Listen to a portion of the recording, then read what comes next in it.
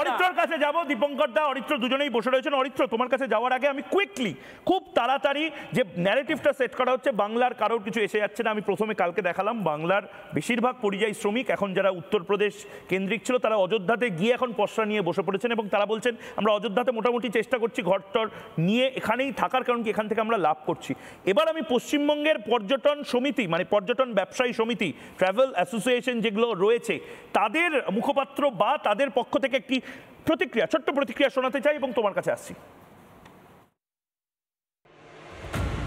রাম মন্দিরের উদ্বোধন উপলক্ষে এখানে তো একটা বিরাট মানুষের ঢল আসবে এবং আমাদের ট্যুরিজম বিজনেসের একটা ভালো পরিমাণ ব্যবসা এখানে পাওয়ার আশা আমরা করছি।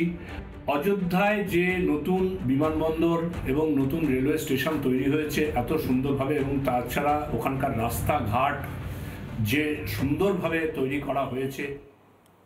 অরিত্র, শুধুমাত্র যে বাংলার মানুষ এর থেকে বঞ্চিত থাকছেন না, রাজনীতিবিদরা বঞ্চিত হলেও বাংলার মানুষ কিন্তু অলরেডি ট্রেনে প্লেনে টিকিট কাটা শুরু করে দিয়েছেন এবং রুট যেগুলো তীর্থযাত্রা হিসেবে ভ্রমণ করার যে রুট, তার মধ্যে অযোধ্যা ঢুকছে। সমস্যাটা কোথায় তাহলে? দুর্গাপুজোয় যদি স্টল বসাতে পারে রাজনৈতিক দল ইন্ডি জোট, তাহলে এখানে কেন নয়? দেখুন, ইন্ডি জোটের মানে এদের কোনো এজেন্ডাই পরিষ্কার নয়। আমি যদি একটু ইতিহাস ঘাঁটি তাহলে ইন্ডি জোট চুপ করে যাবে।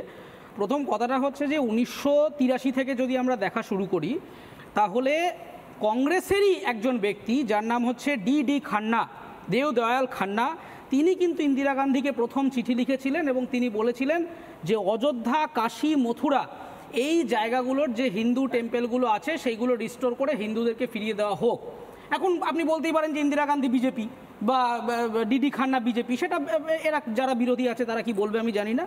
তারপরে আমরা যদি আরেকটু পরে চলে আসি, আমরা 1985 সালে যদি একটু ঘটনা দেখি তাহলে দেখবো এদের দ্বিচারিতাটা কীরকম অদ্ভুত।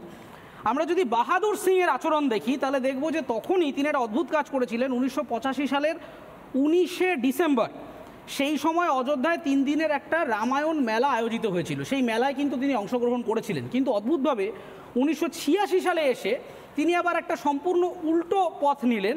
তখন তিনি যখন ওখান থেকে কিছু হিন্দু রথ আসছিল সেইটাকে তিনি কিন্তু বাজেয়াপ্ত করলেন, সেটার পথ অবরোধ করলেন। ফলে সবসময় আমরা দেখছি যে এদের কাছে এদের কোনো পরিষ্কার স্ট্যান্স নেই পার্টির মধ্যে, যেটা কিন্তু আমরা 1950 সালে জওহরলাল নেহেরুর নিজের লেখা একটা চিঠি, সেখানে তিনি বলেছিলেন যে কংগ্রেসের ভিতরে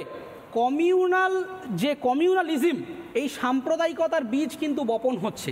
ফলে আমরা ইতিহাস থেকেই দেখে আসছি যে বিশেষত মানে ইন্ডিয়া জোট আজকে যে জায়গায় আছে আপনারা দেখতেই পাচ্ছি আমরা এখানে যে এদের কোনো বক্তব্য পরিষ্কার নয়। এবং যদি আমরা বাংলার ক্ষেত্রে আসি তাহলে যে বাংলায় দক্ষিণেশ্বরে স্কাইওয়াক হতে পারে, সেখানে সাদা নীল রং হতে পারে, যেখানে কালীঘাটের আমরা মন্দিরের মাথা সোনা দিয়ে ঘিরে দেওয়ার জন্য বিজনেস সামিটে তারাই তো আলোচনা করলেন। বিজনেস সামিটে অন্য জায়গার বিনিয়োগকারী এসে তিনি এসে না, আমি কারণ কোনো কোম্পানির নাম বলছি না, একজন বিনিয়োগকারী এসে তিনি কালীঘাটের মন্দিরে বিনিয়োগ করবেন বলেন, তাহলে কেন করলেন? তার মানে তারাও জানেন যে রিলিজিয়াস ট্যুরিজম অর্থনীতির ক্ষেত্রে একটা গুরুত্বপূর্ণ ফ্যাক্টর।